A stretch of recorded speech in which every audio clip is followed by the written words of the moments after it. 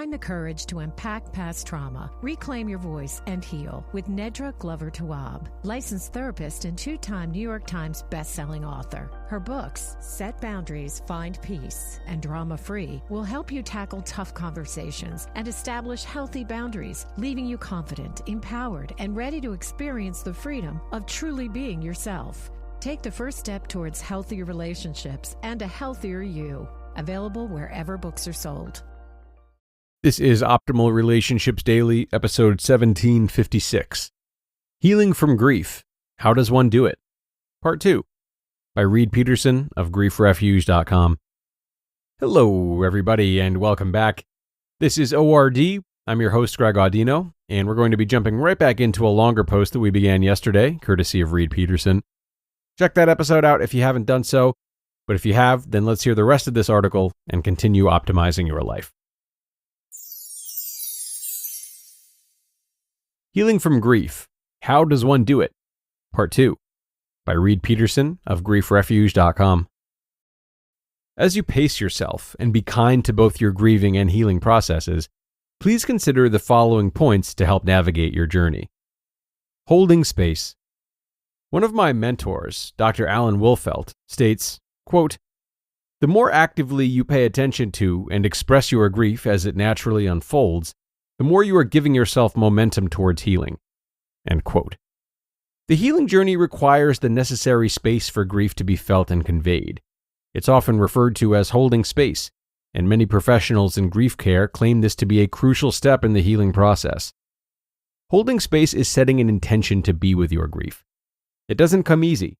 This is where pain makes its most notable appearance. In holding space for pain and grief, it requires a strong sense of determination, authenticity, and an open heart. Your heart may want to close up to protect yourself from the pain. If you keep an open heart, you create more opportunity for healing. One strategy for keeping your heart open is to let go of any need for control.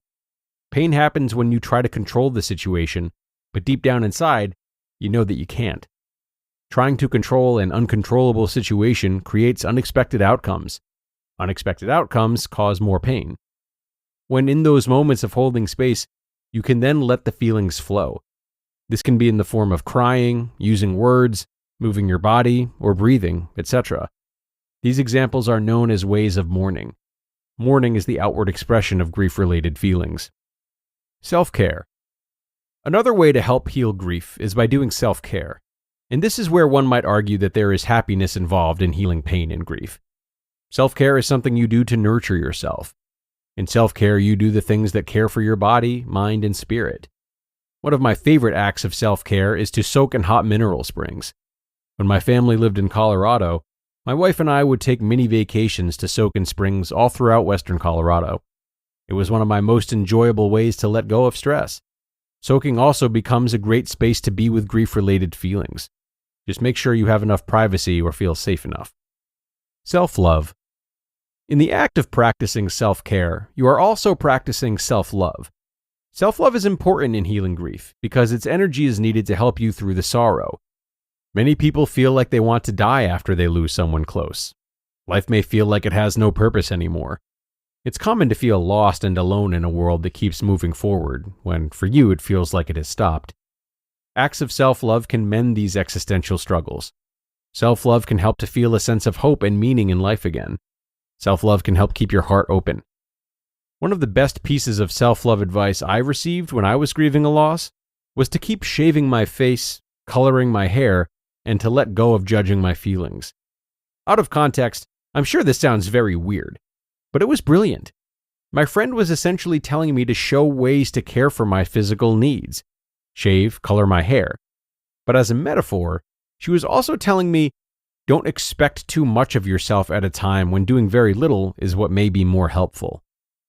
So for you, in your efforts to heal from your loss, my advice for your self-love is that of the same. Do things to groom your body, but do them with self-compassion and self-nurturance. Also, let go of judging your feelings.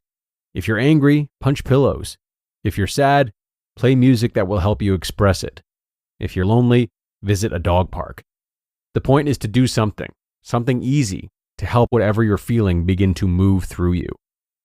In conclusion, I hope the information shared in this article has helped you with a new perspective for healing your grief. Healing grief is nonlinear, and progression is hard to track. True healing will require dedication and living life very differently. However, it is worth it. Healing from grief and loss can help you reach wisdom and clarity of purpose that can be a source of empathetic inspiration to someone else struggling with their own grief journey. Stay with the grief. Lean into it. Hold space for it. Care for your needs. Love yourself, and you will come to a place of understanding, peace, and wisdom, all of which will help you grow. You just listened to part 2 of the post titled, Healing from Grief, How Does One Do It? By Reid Peterson of griefrefuge.com. Priceline presents Go to Your Happy Price. What's up? It's Kaylee Cuoco. When it comes to travel, we all have a happy place. You can see yourself already there. It's beautiful. It might be sunny and sandy for some, neon and urban for others, deserts or rainforests or hiking trails. With Priceline, you can get to your happy place for a happy price with deals you really can't find anywhere else. Like up to 60% off select hotels to Costa Rica or 5-star hotels for 2-star prices in Cabo. Go to Priceline.com and travel to your happy place for a happy price. All right, see ya. I'm off to Miami. No, actually, wow, look at that. No, I'm going to Hawaii now. Ooh, Cancun looks nice. You know what? Belize looks pretty nice this time of year. Or, Palm Springs. Go to your happy place for a happy price. Go to your happy price, Priceline. So, you open Google Chrome on your phone, you're hunting for a super rare first edition vinyl of a band you're obsessed with, when you're supposed to be working. But this site you tapped on seems pretty shady. And Daryl from IT just jumped up from his desk. Oh no, he's coming your way. It's a good thing built-in malware protection keeps you safe and sound. Not from Daryl, though. Sorry. There's no place like Chrome. Download Google Chrome on your phone. And a great finish from Reid. Thanks a lot to him for letting us share this whole article the last couple of days.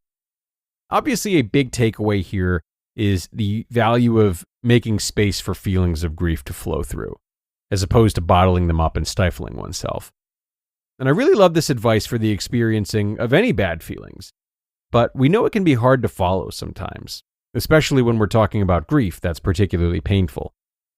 Well, I encourage you to not put pressure on yourself to always allow yourself space to grieve if it feels unrealistic for you to do so, every time the feeling comes up, no matter where you are.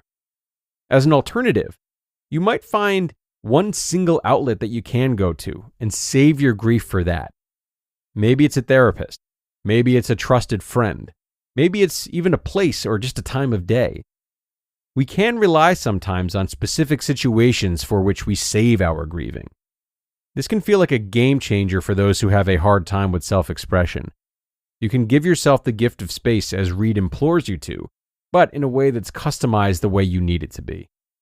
So, I wish you luck as you think about how that might look for you, either now if you need it, or perhaps whenever grief does strike you again. Thanks to Reid for helping all of us with this tremendously important subject matter. And of course, thanks to all of you for showing up day in and day out. We couldn't do any of this without you. It's time to get going for now, but have a great rest of your day, and I will see you tomorrow for another post. That's where your optimal life awaits.